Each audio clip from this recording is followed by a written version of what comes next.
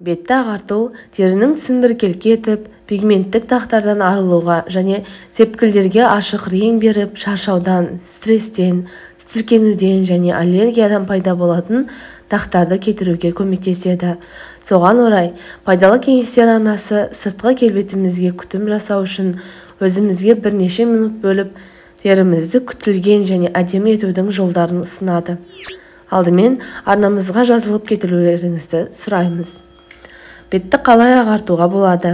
Бетті ағарту сіздің теріңізді біркелкі етуге, пигментті дақтарды кетіруге және жалпы көріністі жақсартуға мүмкіндік береді. Бұл процедураны қымбат сән салонларында ғана емес, үй жағдайында да жасауға болады. Пигментті дақтарды кетірудің халықтық әдісі ол мұздатылған күріш суы. Бұл ағарту құралы былай жасалынады. Біраз қасық күріш алып, оны ыдысқа саламыз.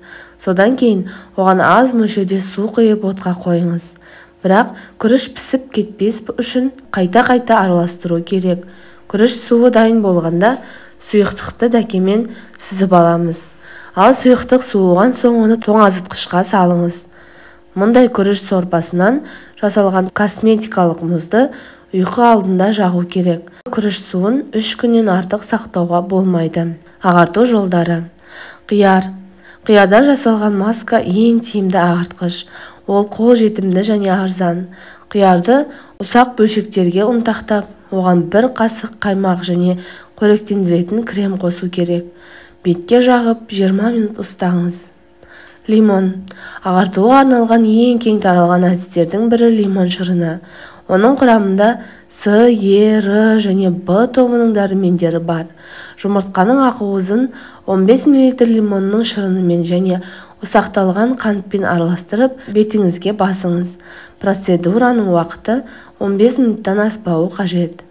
Сода. Соданы қолдану терісі майлы әйелдерге ғана ұсынылады. Теріңіз құрғақ немесе сезімтал болса, бұл әдістен бас тартыңыз. Соданы таза суға салып, қоюланғанша араластырыңыз. Бетіңізге жаққан соң қолыңызбен уқалап, жылы сумен шайып тастаңыз. Осы тәсілді аптасына 1 рет қана жасап, 15 минуттан артық ұстамаңыз. Айран. Бұл сусын пигментті дақтарды жоюға көмектеседі. Егер оған ақ желкен шырынын қоссаңыз, барлық үмітіңіз ақталады. Бал мен лимон маскасы. 2 ас қасық қант қосылмаған балды сығырылған лимон шырынымен араластырамыз. Сосын бұл қоспаға дәке майлығын малып, бетіңізге қойыңыз. Масканы 15-20 минут ұстау керек. Оны 3 рет әр 5 немесе 7 минут сайын қоямыз. Және мұндай масканы аптасына 2-3 рет қолданылуы керек. Содан кейін барлық масканы жылы сумен жуамыз. Егер тері құрғақ болса, онда маскадан кейін нәрлендіретін крем немесе клейге жағыңыз. Сондай-ақ қарақат, бүлдірген, құлпынайдың маскаларының да ағартқыш әсері бар. Ағартқыш процедуралары кезінде аскорбин қышқылы, яғни С витамині күніне 3 рет 1 таблеткадан қолданамыз. Ал қияр, ақ желкен мен лимон теріні ағартуда, пигментті дақтар мен сепкілдерді кетіруде ең тиімді өнімдердің тізімінде көш бастап тұр.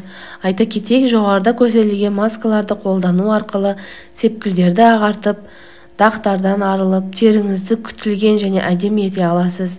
Тек өз уақытыңыздың бір бөлігін сыртқы келбетіңізге де бөлуді ұмытпаңыз. Сіздермен бөліскім келген осылар еді достар, сіздерге пайдалы болды деген ойдамын. Арнамызға жазылып, қоңырауша батырмасын басып қоюды ұмытпаңыздар.